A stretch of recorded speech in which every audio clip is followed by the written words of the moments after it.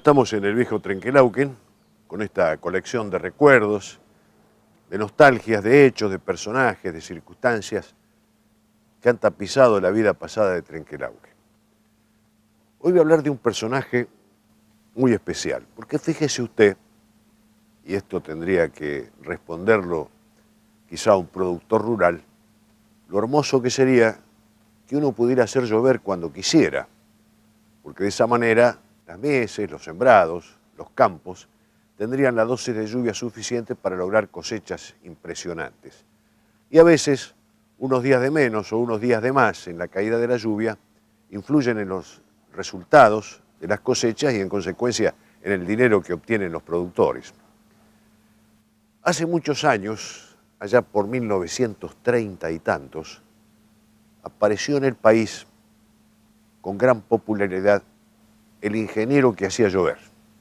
Es decir, tenía un pequeño aparato, un procedimiento con productos químicos en los cuales, en cierta combinación que él concretaba, lograba que se descargaran lluvias sobre algún lugar determinado de la República Argentina. Se llamaba Juan Baigorri Velar y entró en la historia con el nombre del ingeniero que hacía llover. Ya vamos a ver qué relación tiene con Trenquelauquen y con la zona este ingeniero. Este hombre con esos procedimientos logró lluvias en algunos lugares, en otros fracasó, pero en la mayoría de los casos logró lluvias. En Santiago del Estero, luego de una sequía impresionante, el ingeniero Baigorri Velar, con ese procedimiento y esos aparatos un tanto rudimentarios, logró que un chaparrón grande de agua calmara esa intensa sequía que tenía tan problematizados a los productores y a los habitantes de Santiago del Estero. En enero de 1939, el diario Crítica, en aquel momento era el diario más popular de la Argentina, con tiradas que en oportunidades llegaban al 1.000.000 de ejemplares, dirigido por aquel legendario periodista uruguayo que se llamaba Natalio Botana, desafió a Baigorri Velar que hiciera llover sobre Buenos Aires el día 2 de enero de 1939. Y Baigorri Velar aceptó la propuesta de Crítica, pese a que el Servicio Meteorológico Nacional decía que no iba a llover sobre Buenos Aires. Este Baigorri Velar, que era todo un personaje, resolvió hacer llover ese día 2 de enero de 1939 y tuvo la ocurrencia un tanto curiosa, hasta sarcástica, de enviarle como regalo un paraguas al jefe del Servicio Meteorológico Nacional. ¿Se da cuenta usted? Bueno, amaneció ese día en el cual el Servicio Meteorológico decía que no había llover, Crítica decía que Baigorri iba a hacer llover, y bueno, todo el mundo estaba esperando eso, todo el país estaba pendiente de lo que ocurría en la capital. Amaneció un día luminoso, sin nubes, transcurrió la mañana, a la tarde aparecieron algunas nubecillas sobre el cielo de la capital de Buenos Aires y, oh milagro, empezaron a caer unas gotitas de esas nubes hasta que esas gotitas se convirtieron en un gran chaparrón que cayó sobre Buenos Aires, dándole la razón al ingeniero Baigorri Velar, que de esa manera pasó a ser todo un gran suceso en el país. ¿Qué tiene que ver esto con Trenquelauquen o con el viejo Trenquelauquen? Es que el ingeniero Baigorri Velar anduvo por Trenquelauquen en una época en la cual la sequía hacía su función de deterioro en los campos de la zona, pero al parecer el ingeniero pretendía un pago, porque esto no era gratis, y aquí en Trenquelauquen no hubo suficiente cantidad de dinero como para que Baigorri Velar hiciera llover sobre Trenquelauquen. Sí hizo llover, parece mentira lo que estoy diciendo, pero estoy diciendo cosas reales que están certificadas y documentadas por los diarios de la época. Hizo llover en Carué, en el lago de Pecuén, había problemas de agua, se estaba secando el lago de Pecuén. Hizo llover 100 milímetros Baigorri Velar en el lago de Pecuén. Y también anduvo haciendo llover por el partido cercano de Carlos Tejedor. ¿En qué terminó este Baigorri Velar? Bueno, las autoridades nacionales comenzaron a criticarlo, comenzaron las críticas, porque en algunos lados había fracasado, etc. Y resolvió retirarse Baigorri Velar de este papel del mago de la lluvia, de la persona que hacía llover. Hasta que cuando llegó el gobierno de Perón, el gobierno peronista, estoy hablando del gobierno de Perón, año 46, 48, en una época de sequía, él le ofreció al gobierno peronista hacer llover. El gobierno le pidió a Baigorri que le diera los elementos escritos, fundamentos técnicos, que permitieran fundamentar el procedimiento de él, cosa a la cual el ingeniero Baigorri Velar se negó y en consecuencia resolvió retirarse definitivamente y falleció en la localidad donde vivía, que era Villaluro. Se le llamaba por aquel entonces el mago de Villaluro. Yo sé que usted, que peina canas y que tiene unos cuantos años, quizá más que yo, se debe acordar de este insólito, estrafalario personaje que fue el ingeniero Juan Baigorri Velar, que hizo llover en distintos puntos del país y que aquí en Trenquelauquen no tuvo la plata suficiente como para hacer la experiencia. Yo puedo hacer llover, señor, con mis aparatos en cualquier zona seca del país. Y para eso me someto a las pruebas.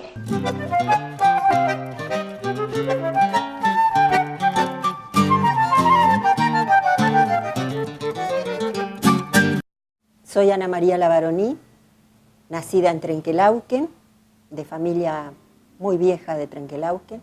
Fui al Jardín Infantes número 1, fui a la escuela número 2, a la San Martín número 2, a la vieja escuela San Martín número 2, y soy de la camada que inauguró la escuela número 2 nueva, que es la actual, y después cursé en el Colegio Nacional y soy maestra normal nacional.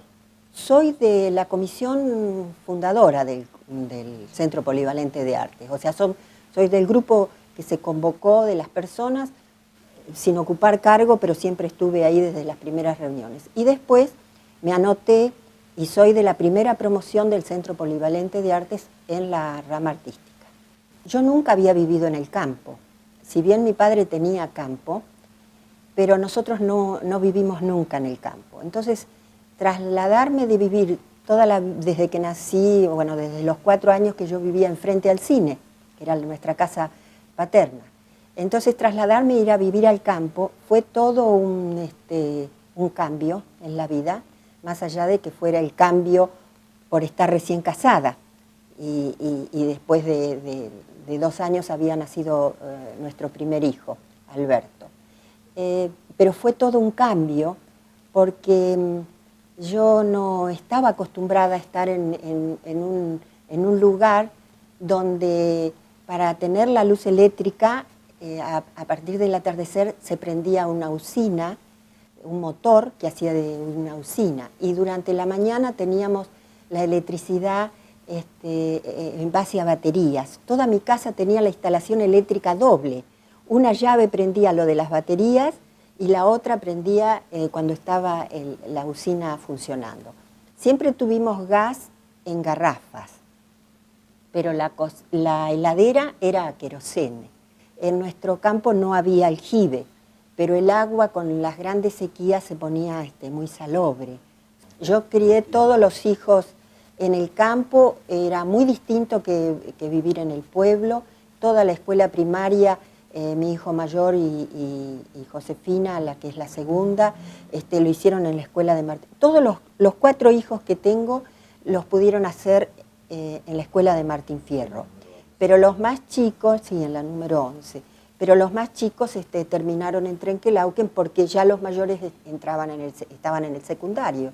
Entonces era muy difícil. Así que estábamos de lunes a viernes en Trenquelauquen y después el viernes a la tarde ya nos íbamos al campo. Así que teníamos doble juego de cepillo de dientes, siempre digo yo. A veces me olvidaba si el arroz lo había comprado para la del pueblo o para la del campo. Tantas esas cosas que la bolsa de galletas que uno llevaba al campo, a veces me pensaba, ya estará dura, no habrá, bueno, en fin, la vida en el campo es hermosa y como digo, me ha dejado una sonrisa en el alma. En fin, ha sido otra etapa de mi vida.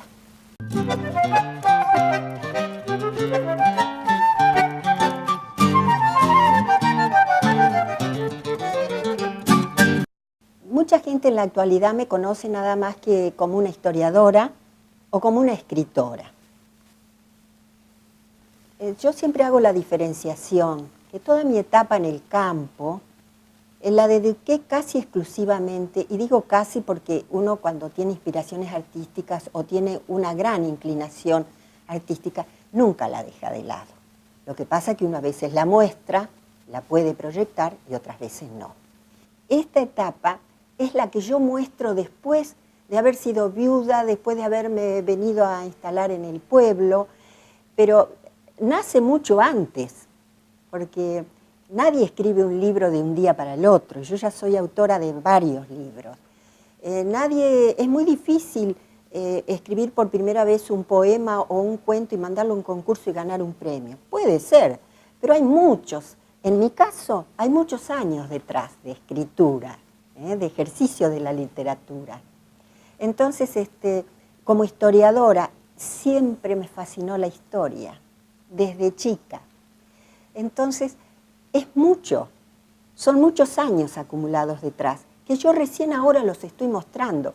Yo no tengo reparo en decir que hay libros que a mí me han llevado 15 años escribirlos. Por ejemplo, los 2 tomos del libro de la Iglesia, que son más de 1000 y algo de páginas, a mí me llevó más de 15 años escribir ese libro, para recopilar datos, por la seriedad que requería el tema.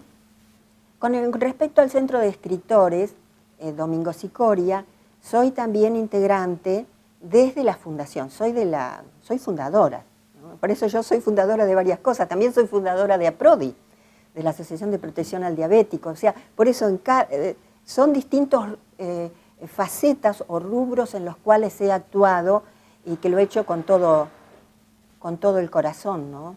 Bueno, también tuve la satisfacción de poder llevar algunas de mis obras pictóricas a Ecuador, y fui la única mujer de Argentina que llevó obra pictórica, así que también entre de las cosas de las cuales pude presentar libros y dar alguna mini conferencia, he tenido muchas satisfacciones.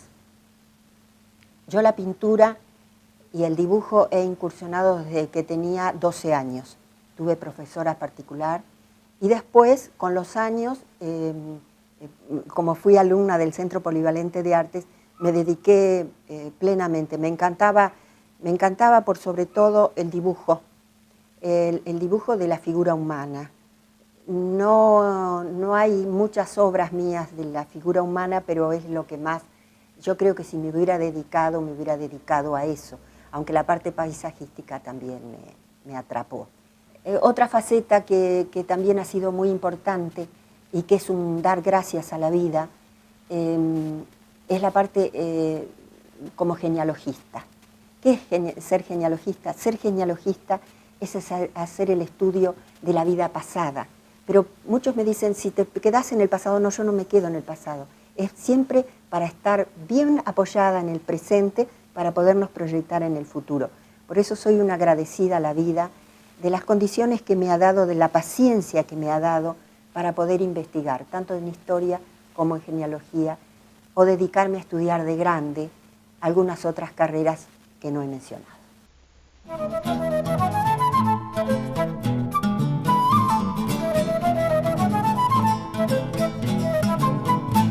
Bueno, seguimos con los recuerdos del viejo Trenquelauquen. Yo sé que usted lo sigue porque tiene en su espíritu, anidan quizá los mismos sentimientos que nosotros, de recordar, de evocar, no recordar porque muchas de las cosas uno no ha vivido, pero sí evocar hechos, circunstancias y personajes del pasado de Trenquelauquen.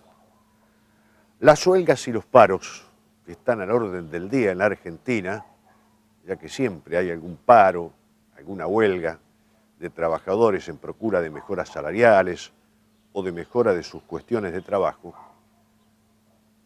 hace de que, bueno, se produzcan estos hechos y circunstancias que perjudican a los demás ciudadanos. Pero, en fin, es un derecho constitucional que se ejerce muchas veces con excesos, pero de todos modos es legítimo, porque ampara legítimos, valga la redundancia, reclamos de los trabajadores. Estos huelgas y paros, estos movimientos obreros, no son nuevos, sino que arrancaron allá lejos y hace tiempo. Allá en los primeros años del siglo XX, estoy hablando de los primeros 1900, 1910, cuando los inmigrantes trajeron desde Europa algunas ideologías de izquierda, socialistas, comunistas, anarquistas, que impregnaron a los obreros argentinos de la necesidad de reclamar por sus derechos. En el año 1917 se produjo una gran huelga ferroviaria. La huelga ferroviaria tuvo materialización en todo el país y tuvo violencia en varios lugares de la República, donde se levantaron rieles, se quemaron estaciones y se produjeron desórdenes de todo tipo, porque en aquel entonces estaba lo que se llamaba la Policía Brava, que no perdonaba estas circunstancias. En Trenquelauquen la huelga tuvo importante materialización y la estación ferroviaria de Trenquelauquen estuvo paralizada durante muchísimos días. Pero aquí no hubo graves desórdenes. Hubo sí una circunstancia curiosa en aquella huelga ferroviaria en Trenquelauquen en el año 1917.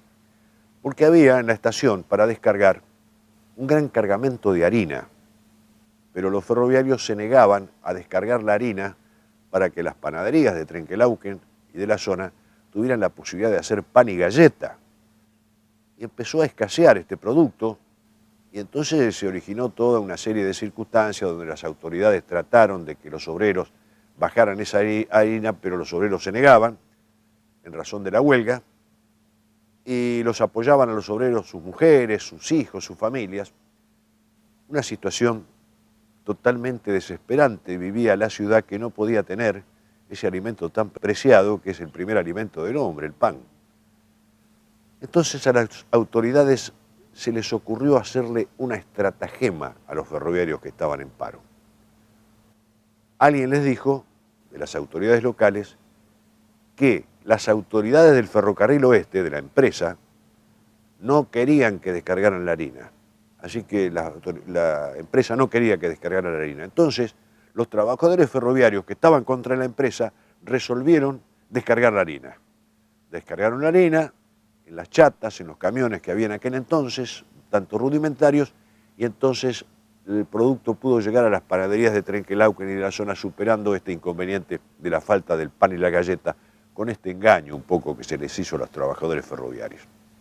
Superado este inconveniente, la huelga siguió unos días más, el paro siguió, hasta que en el ámbito nacional se logró un acuerdo entre la empresa ferroviarias y los trabajadores y todo volvió a la normalidad. La normalidad que trajo como consecuencia la reintegración de los servicios ferroviarios y la superación de aquel episodio donde la falta de harina obligó a hacer una verdadera estratagema, un engaño a los trabajadores para que los habitantes de Trenquelauquen y de la zona pudieran acceder al pan. Cosas del viejo Trenquelauquen.